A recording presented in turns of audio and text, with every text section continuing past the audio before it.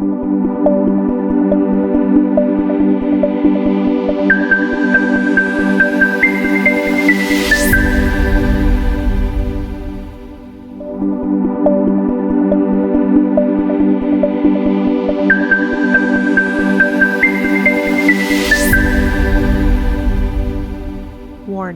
the following content may contain elements that are not suitable for some audiences. Viewer discretion is advised.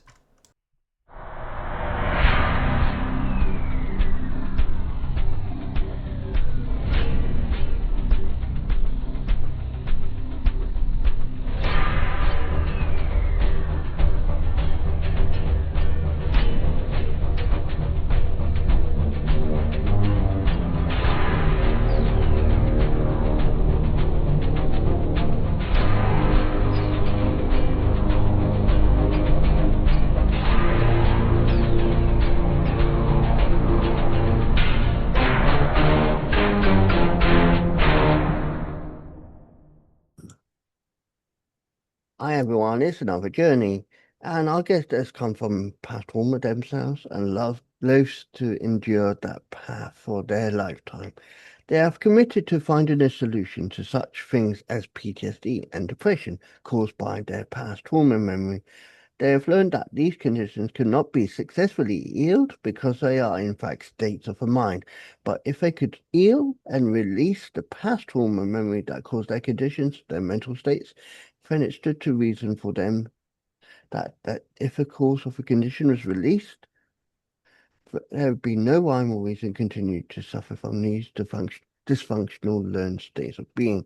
This made sense to the guest, so they walked away from their very kind and caring mental health professionals, which, in my personal opinion, I don't blame them, so that they could pursue a spiritual solution that would heal the hole in their soul. I welcome Richard to the journey. David, thank you very much for having me. I'm really glad to be here. I love these titles of journeys and paths. That's what we're all on. We're on a journey, from one destination to the other. Yes. And it can be a slog, it can be up and down. There's no easy journey, appears to be. Everyone has trials and tribulations. And it's hard enough to do this journey without taking on the past or taking on the future when there's so much in the present to deal with. So a brief history, I suppose. Yeah. Let's start there. What started your journey? What inspired your journey? I'm an Irish citizen. I'm living in Thailand some 25 years. I'm 64 years of age. I'm married. I've got 2 adult children in college. And 52 years ago, at the age of 12, I suffered a trauma event that was soul destroying. It filled me with such shame and self-loathing. I wanted to kill myself. It wasn't that I wanted to die, but I didn't want to live with the shame of what happened to me and how I'd let it happen. And if I was a man, I shouldn't have let it happen. It's only a child. There's no way a child should have to take on those responsibilities. But I had felt I couldn't tell anybody. My gravest mistake. If anyone ever has a trauma, tell your parents, tell somebody. I made the terrible mistake of believing I would bring terrible shame on my parents and those if I told them what happened. And I lived with that myself. And I suffered horribly living with a lie and hiding a secret. And I did everything in my power to escape. I applied to boarding school behind my parents' back and ended up leaving home and going off to boarding school where I suffered horrific abuse, bullying, not physical, but bullying, because I was so broken. I was such a victim and gentle. I was just picked on by the other kids, and it was horrific. And I didn't tell anyone again because I didn't want to go back to where I came from. So I kept mums about that, and it just got worse. And that's basically where I came from. Yeah, and the fact of trauma when you're younger, it stays with you a lot longer because of your mind being so malleable and in your mind. Because when you're older, yes, it's more sometimes difficult, but it's more easier to mindset it because you can say, "Don't worry about it. Don't worry about it." Like I know from my past experience, and I wasn't a child when this happened, even though there was things that did happen when I was a child, but not the way it did. But my example was when I was 18, when I only just left home, so I was still technically naive in the world. I was sexually abused by someone when I lived in a place that I thought was a safe place to be because when you're living out of home, you would think people you're living with would be safe, reliable. You don't know who's who, so you think keep yourself to yourself, nothing would happen. I was sexually abused uh, like 3, 4 times. Mm. I didn't tell anyone for a whole year. At one time, I just want to mention, we don't mean to trigger anybody. Yeah, This the last exactly. thing we want to do is trigger Exactly. anybody, please. Okay. And there will be a trigger Yeah. warning. So our plan is to offer a solution to Yes. whatever your trauma was. Mm. That's why we're talking about it. We'll be honest and let you know that we know where you came from, what you've experienced, we've experienced similar to you. And when we talk about it, we're not trying to trigger anybody. We're letting you know that we found a solution. I'm going to share that solution with you now. Yeah, and that's what life is. It's about finding solutions to help you. And I firmly believe in that a lot, is believing there is solutions out there for people. And I'm not medical trained, nor is Richard, I don't think. No. So we're just basing this on the fact that we've got experiences. We can help you find that way to help you. And like I said, there will be a warning prior to this podcast, which you've already heard. Okay. So I'll continue a bit. So I was a 12-year-old child, and I'd stopped growing mentally and emotionally at that age. And I, for the next 15 years, I might have grown into being a young adult, but mentally and emotionally, still 12 years of age. I remember I used to go to barbecues with my family, and I would play with the kids, and they'd all say, God, Rich is fantastic with kids. And the truth was, I wasn't comfortable with adults my own age, and I was very comfortable with children because mentally, emotionally, I was a child. And nothing happened like with childhood, but I just would feel comfortable with children, and I wasn't comfortable with adults. It was a terrible state to be in, and Yeah. so that's basically where I came from. And I wanted to find a solution. And my solution back then was to go into addiction. So I developed a gambling addiction. I like the idea of me in a poker machine because there was a machine in me and there's no humans involved. And the flashing lights and all that made me feel fantastic. And when I lost, it wasn't like any attack on me. So I felt safe. And that craziness, and I ended up robbing money from everybody and the poor box in the church and you name it, trying to feed my addiction. And I ended up robbing from my family business. And my father said, either you stop or you're going to jail. And so I stopped and switched to alcohol. And if you're an Irish man, alcohol is a perfectly normal thing to do. Everyone drinks back then like an alcoholic, and it's normal. So I switched to alcohol, and people left me alone. And I drank alcoholically, and everyone thought it was perfectly normal behavior for an Irish person to drink like this, until it wasn't, until the wheels came off and my drinking was completely erratic and whatever. And no one could see what was behind it all. They could just see that I was out of control. I was drinking, I was doing all this crazy stuff, mad behavior. And then in that, I had 2 attempted suicides. Again, not looking to trigger anybody. I want to let you know this is where I came from. Which is understandable.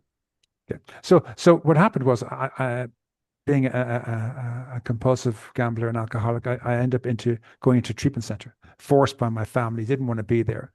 And out of the treatment center, I ended up going to AA. And I didn't really do GA, but I did AA in the beginning. I did GA later when I needed to, but I did AA first. And I was opposed to it completely. I remember I was thinking, if you come near me, if I don't want to change, let my family change and everyone else change. I don't want to change.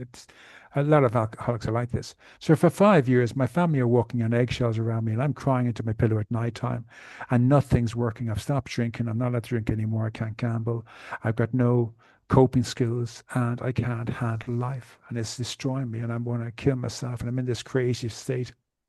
And one day it gets so bad, I go to an AA meeting, and I don't know what I'm going to do, but I'm really not in a healthy place. I go to this meeting, and there's an old timer there, and I ask him to sponsor me. And when you ask someone to sponsor you, you're finding an old timer who's worked the 12-step program, and they don't fix you or save you, but they show you what they did, and you copy what they did, and then you get what they have, which is peace of mind and contentment, whatever. And so I found this old timer. He took me to the 12 steps so fast. People laugh at me when they hear I did the steps for 12 steps like in 4 days, but that's basically what he did. He basically saw how desperate I was, and that he didn't think I would stay above ground if I didn't get to this program immediately. And Bill and Bob, the founders, did the steps in 1 day kind of stuff. And so I did them in 4 days, and it was a breath of fresh air. And I felt this tremendous release of being okay, being broken, but being okay. And it was a wonderful experience, the 12-step program. It's the greatest gift, I think, given to men in the 20th century. Before AA came along, people were dying of alcoholism. There was no cure for any of these addictions. And then these two guys put this program together, which is about a spiritual solution and cleaning your side of the street. And lo and behold, now I think today there's something like 3 million or more people who are recovered because of these two men who started this program. Yeah, and I'll make sure the link is in the description for Yeah. anyone who wants to know what the 12-step program is. And there are many 12-step programs, but they have to be a specific type of program. So there's programs for alcohol and drugs and then gambling and so on. But they're powerful programs. And I love the idea of the program. I'm 37 years free from alcohol. And I was 42 years free of gambling until I bought a lottery ticket about 7 years into my recovery. So I've got about 28 years up free. But you know that thing where you kind of, I buy the lottery ticket, I win the lottery, and I can solve everyone's problems, you know. But that was a lottery ticket. I didn't act out, nothing happened, but I bought a ticket, so I had to change my date of being free of gambling. So although I stopped gambling first, the lottery ticket came later, so I had to put that down as being 28 years. But I'm 37 years this year free of alcohol.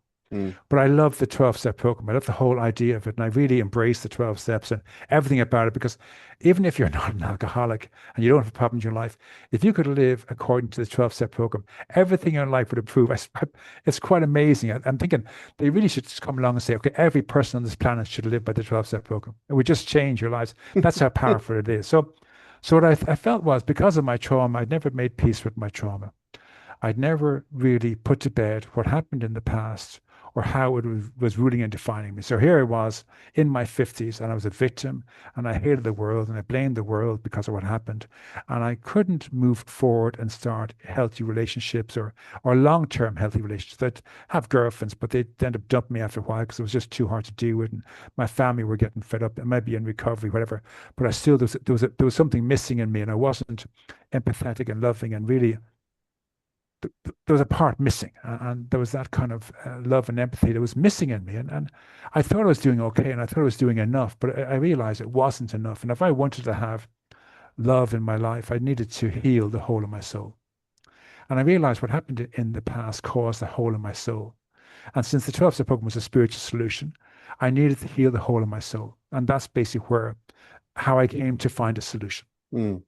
And it's just, you've gone such a far distance.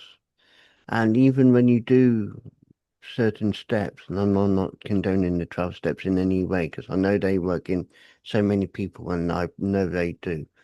But the fact is, when you try and find yourself spiritually, it's more harder. Now, the 12 steps can help you, in a sense, find that potential. But at the same time, if you want to potentially find it yourself, and say, where's my spiritual well-being for myself? You're like, what? When? You're trying to look for it every day. And it doesn't happen every day, but it will come to you naturally, in a sense, I believe, because I know if you look hard enough, yes, you get that awakening, you get that feeling, you get that sense of well-being. It just will take its time. So I want to implore that as well. It doesn't happen overnight. Yes, for days for the 12 steps, that's different. That's you. Yeah. Well, I'd like to, at this point, mention about the spiritual solution. I don't feel it happens naturally because of my trauma as a childhood, I became a victim. And my safe place is always to be a victim. In every situation, if you arrive late, oh, Dave's out to get me, he doesn't respect me, that he wouldn't be here in time, or if my wife does something, or I get stopped for a ticket, or someone jumps in front of the queue, they're attacking me, they're out to get me. There's a victim mode that you kind of get conditioned into being if you've suffered some trauma. It's like a defense mode.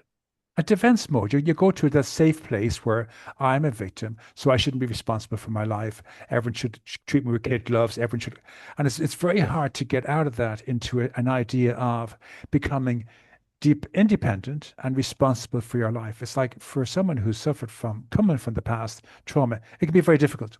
So I found if you can find spiritual teachers that resonate with you, that's the trick. If you can find spiritual teachers that resonate with you, they may not resonate with mainline religion, but if they resonate with you, jump on the bandwagon. So there's two particular guys. One was a guy called Emmett Fox, and he was the spiritual advisor to Bill and Bob, the two founders of AA. And his take on religion and Christianity is beautiful for someone who's kind of doesn't fit in the mainstream, that isn't a normal person, that just there's something, there's a shilling loose. And so the kind of his teachings are just the most wonderful. And some kind person uploaded all his books onto YouTube. So you can listen to his books before you buy any of his books. And when you have the books read to you, and every one of his books are just majestic. They'll just transform you. And there's another guy called Joseph Murphy, and he's another one again. And then there's loads of others. Once you get on that bandwagon, you suddenly start introducing to all these spiritual teachers that give you a perspective of Christianity that just would blow you away, that'll give you away. And now, I have to tell you, I'm not a member of any denomination. I was raised a Roman Catholic. I became disillusioned with that faith. I didn't go back. I tried Protestant, I tried Baptist, I tried Presbyterian, I even tried Jehovah. They don't work for me. They may work for you, and if they work for you, I'm delighted. The 12 steps of recovery, that fellowship works for me because we're all broken people. So that's really a place I go when I mix with other people who are broken in some way, and we feel connected, and I love that. But the Holy Joe, the better than, the whatever, that doesn't work for me. So I'm not a member of any man-made religion, any church, or any denomination. I'm not knocking them. I'm not saying they're a bad thing or whatever. If they work for you, please stay in them. If you're attracted to that idea of fellowship, jump on it. But if not, find some other form of fellowship where you're not alone. That's a big part of the recovery, that we're not alone. So the 12-step program, look, I loved it so much. I wanted to find if there was any 12-step programs out there for trauma.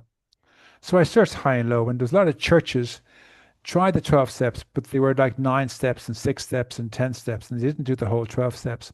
One crowd did the 12 steps. They basically just took out the word alcohol and replaced it with trauma. So the whole same program, and it didn't work. And the problem was because you were abstaining from the trauma, whereas in my program, you let it go completely. So I wrote a 12-step program, and I sent it off to AA for their to see if they would approve it. And they confirmed and they approved, and they gave me permission. And now there is a 12-step program called Trauma Recovery Anonymous. If that's the only thing I give to mankind, I am absolutely over the moon that I actually wrote and developed and created a 12-step program that's available to the world. And there's something like 1 billion people suffering with mental disorders. So it's fantastic. So I really am delighted that I created that program. Yeah. But I realized that it wasn't enough just to do the steps. We had to find a way of separating from the past. That was the real crux to the healing event. Yeah. So obviously you developed this and it's available. Is it available online? Yeah, it's available mainly on Amazon. There's also in all the other platforms. But the healing event, which is the pre to it, is available only on Amazon. And what it is it's a 2-hour healing event that you can conduct yourself. You buy this book and you have someone read the instructions to you, and you sit back, and as they read the instructions, you do everything that you're told. Don't question it, don't argue it, don't have a discussion about it. Just get them to read it from top to bottom, and you listen for 2 hours. At the end of the 2 hours, you'll have broken free from your past trauma memory. That's the promise. You'll feel the release in your body mentally, physically, emotionally, and spiritually. It'll be gone. If someone was to ask you about what happened in the past, you'd be able to say, no, what happened in the past didn't happen to me, this 64-year-old man. It happened to a 12-year-old child, and he has left this plane of existence. He stepped into the mansion we've heard from in his father's mansion, and he's taken all his baggage with him, and I don't have it anymore. Now I just deal with what's in front of me today. Yeah. It's a beautiful experience to have that experience. And that takes about 2 hours. And then you do the 12-step program.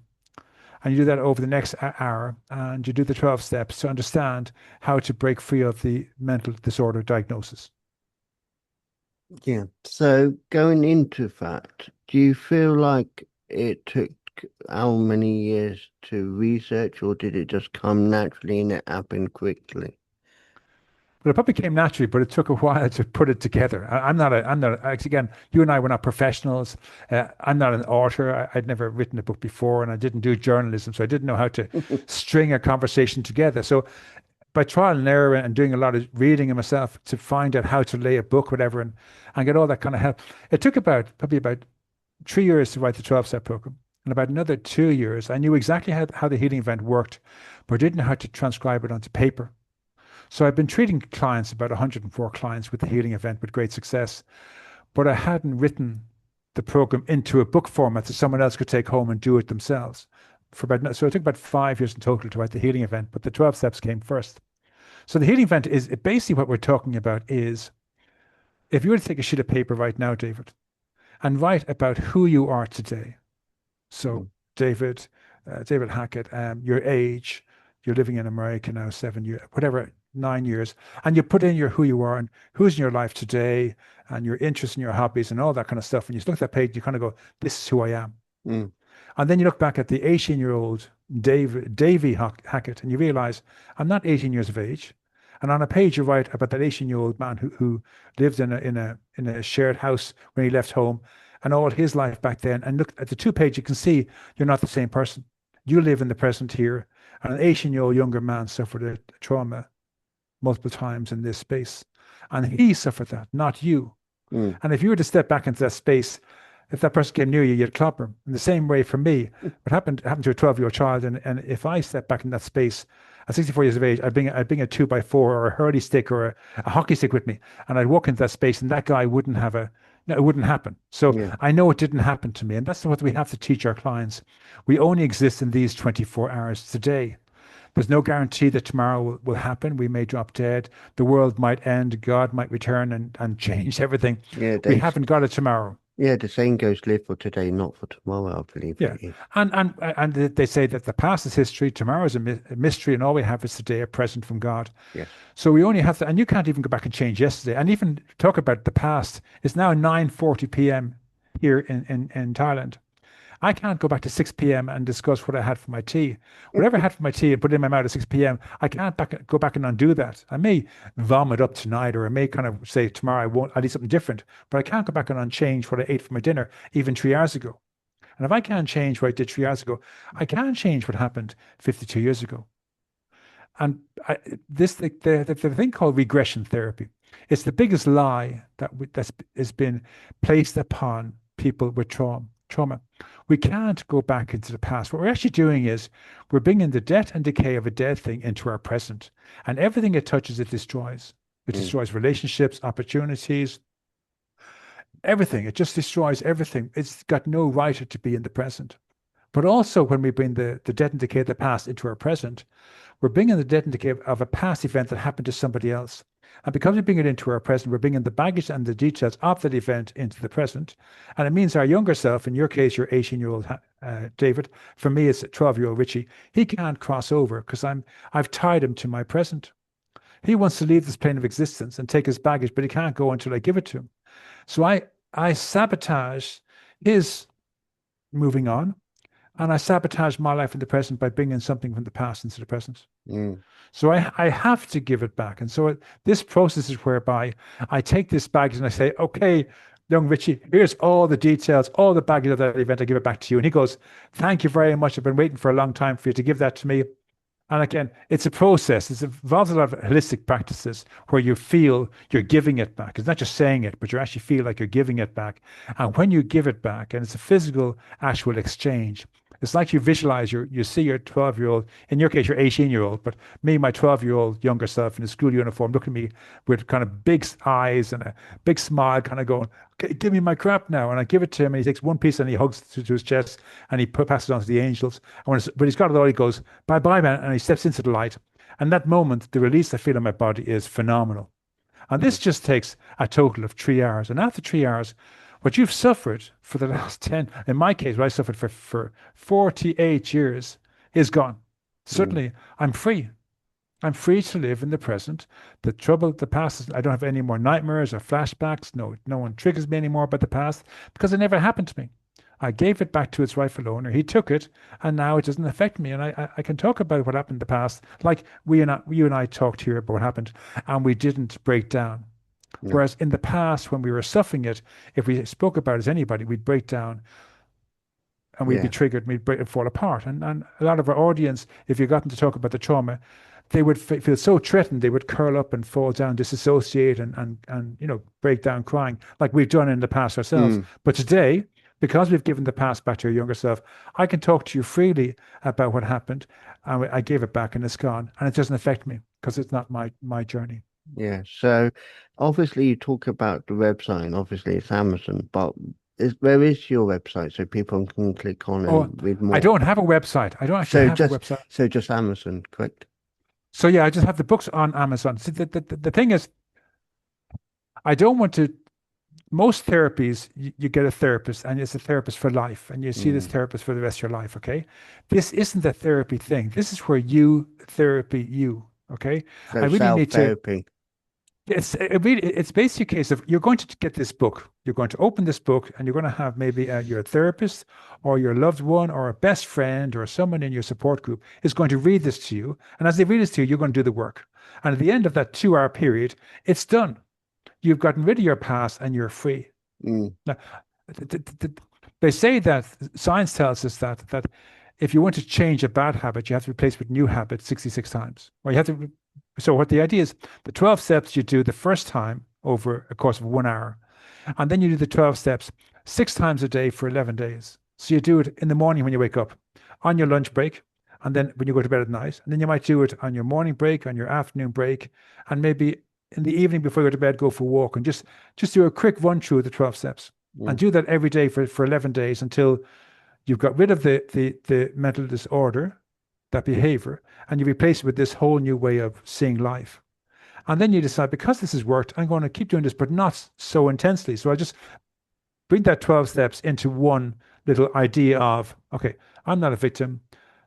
I have higher powers all around me. God's in charge. If I hurt any, or if anybody, I'll say sorry, and I'm going to just give my crap to God at night time and make it that small. When Yeah. you've all the big, and that's your daily routine, and it takes about 3 minutes to do that practice, and then live your life.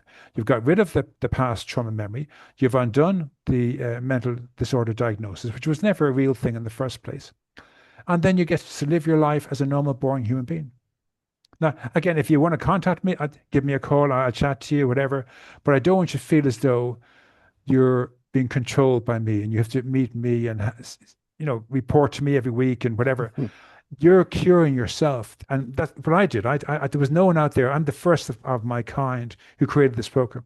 I did the whole program. I did the healing event, did the 12 steps, and then I'm on my own to live my life. And I do my stuff with God, and I have recovery buddies, and we started a small group. So we're down to 2 of us now. There was 3 of us doing this together, and we meet for half an hour every week, and we chat about where we are in our lives. Mm. Very just a check-in.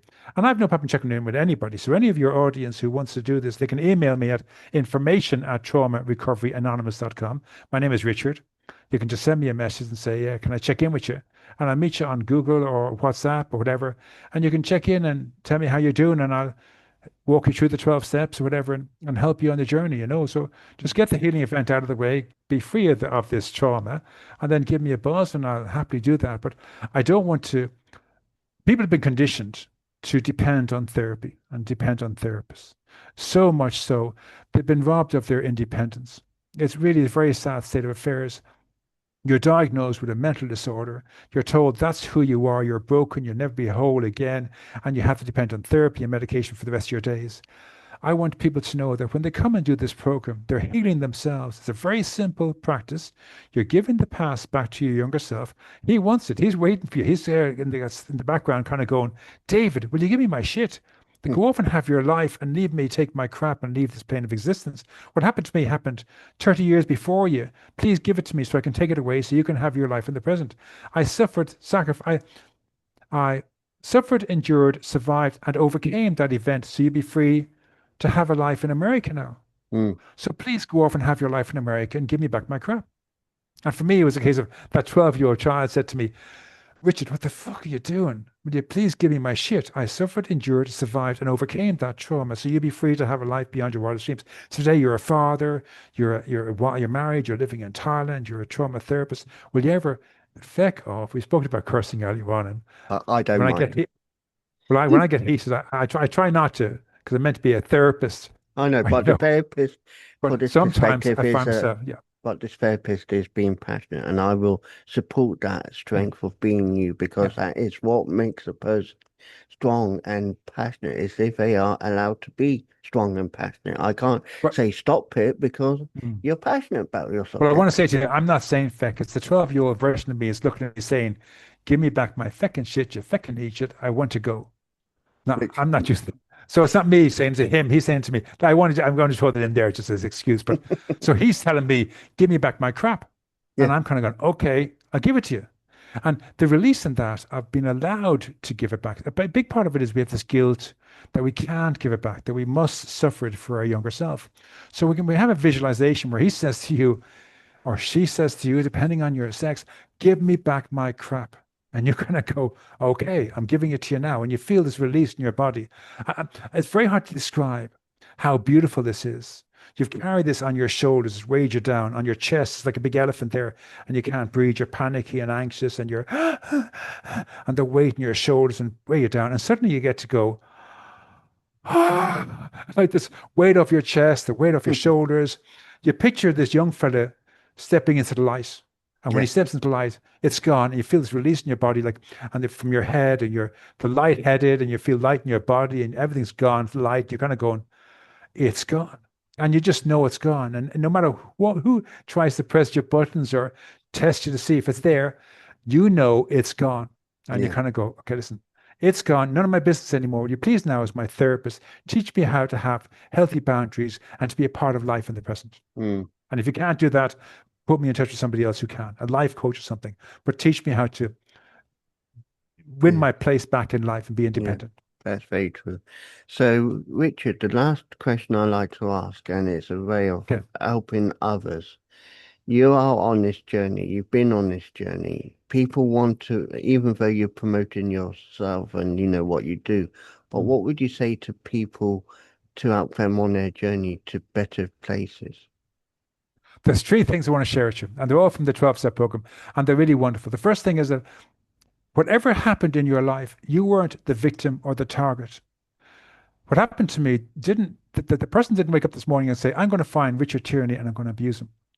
He was wanting to act out his behaviors, and I was collateral damage. I wasn't the target.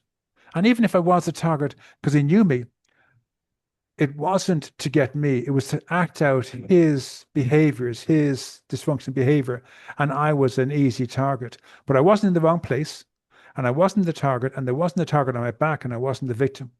And if I can take that whole idea into my life, so if my wife wants to leave me, it's not because there's a target on my back or I'm a victim. She wants to leave for her sanity because I'm loop the loop and she wants to leave for her sanity. Or Mm, my kids are going to go away because they can't stand of that. It's not an attack on me. It's their sanity or their well-being or whatever, and so on. And if the government here decide to kick all the immigrants out of this country, I'm in Thailand, and they want to kick me out, they didn't decide, "Okay, let's go after Richard Tierney, but to get rid of Richard Tierney, we're going to kick out all the immigrants in Thailand, the 25,000 Westerners, and kick them all out so we can get Richie in the haystack, the needle in the haystack, get him out. We'll hide him in the crowd." If they're kicking us all out, they're just doing something for their own well-being of the country. They're not targeting me. So that's the first thing is, no, whatever happens in your life, you're not the victim, you're not the target. If you can take that on fully, everything in your life will change. It will be unbelievable. The second one I've got to tell you is give God a second chance. There's a wonderful trick to do, and this is to say to God. So it's talking about giving your cross. I hope I have enough time. So you too. but when you go to bed tonight, I want you to have a pen and paper and write down on this sheet of paper every person, place, and thing, thought, feeling, and you can include God in this, that irks you, that annoys you, that frustrates you, that really presses your buttons. Put them on the sheet of paper. And then you get down on your knees. This is one time. The rest of the time you can do it sitting down, but you get on your knees and you hold your hands up like you're holding your cross. And you kind of go, "Okay, Lord, I've carried this cross since the day I was born. And like your son Jesus, I faltered more than once. On this cross is all the despair and depression of the past, all the fear and the anxiety of the unknown future. And this list, and then read out your list aloud. I can't take this anymore. I need a good night's sleep. Take this from me for 8 hours and give me 8 hours sleep. Thank you very much." And then go into your bathroom, tear that page up, flush it down the toilet, get back to your bed, close your eyes, put a gentle smile on your lips, and fall asleep. And you'll wake up in the morning 8 hours later with no nightmares, no flashbacks. It's amazing. So when you get up in the morning, get down on your knees and say, "Okay, God, I'm ready for my cross back." And then imagine when you get your cross back, it's a different cross. This one's lighter with a hint of color on it. And you hear his voice and it says, "My beautiful beloved son, David, I'm giving you this new cross. It's a 16-hour cross. I've taken your cross for 8 hours every night now. I'm giving you a 16-hour cross of 8 hours work and 8 hours play, which is to focus on these 16 hours only. Forget the past, forget the future, just focus on these 16 hours. Self-restraint, self-care today only. Don't try and fix and save any, don't people please. Don't try and do anyone else's work for them. Just clean your side of the street. Get through your day, do the best you can today without people pleasing. Don't think of the past. There's 8 billion people in the world. Let them look after the rest of the world. You just focus on your 16 hours in front of you. Your wife, your husband, your boyfriend, your girlfriend, your friends, your job, your podcasting, your job outside, your home, your car, your dog, your pet. Just focus on what's in front of you. And then at the end of your day, give me back your cross. Tell me how you got on, your wins and your losses, your successes and your failures. Just give it to me and then go to bed. For the first hour of your morning, no internet. And the last hour of your night, no internet. And give me your cross. And then tomorrow we'll start the same thing over. And the third thing is that's the third thing. So I did the three. Sorry. So you're not alone. Give God a second chance. And there's no target on your back. And if you can embrace those three things, your life will be transformed. I just love that. And on that, I'd just like to say, Richard is very passionate for you, and I love the passion in you. But I want to thank you for sharing your journey with us today. David, thanks for having me. And I hope I haven't offended anybody or triggered anybody. I really hope you get this. I really do. Thank you very much, folks. Hi, my name is Amy Harrison. I just published another book, and this is the first hard copy I've released. Let's claw right into a sneak peek. Hi, I'm my Galaxy Brat. Error. It is becoming clearer. Y'all probably think I'm annoying. Turns out they all just plain boring. I'm just being me, the realest version. Sweet on the inside, tell like it is on the outside. Yes, I embrace love, never hate. But honesty flies in my mouth like a dove. Be careful before it's too late. If you want to read more, visit the link in the description. Meow at you later. Parsons. The narrator is Kate Barton. Director and producer, Darren Street. Tim Parsons would like to thank family and friends for their support with the paramedic Chris venture. The series is dedicated to the memory of his father, Reverend David Parsons. Copyright Tim Parsons 2020, all rights reserved. Unauthorized use, copying or sharing of this audiobook is strictly prohibited. This has been a Voice Reel studio production for Tim Parsons. Oh, good afternoon, everyone. I've just been listening to the Paramedic Chris children's books on audio again, and I just love it because they've given a tribute in one of them to my dad as well, who passed away a few years ago. I love audio books, and it's great to walk around, and it's great to sit at the computer, if you're out jogging or wherever, to listen to them as well. All 4 of the Paramedic Chris children's books are available on audio book from Amazon. Go and take a listen to them. You won't be disappointed. You'll hear what happens when a community pulls together and supports one another. The best thing is to pop over to my website, paramedicchriskidsbooks.org, and you'll see the links on the shop page. Keep safe, everyone, and thank you for being you.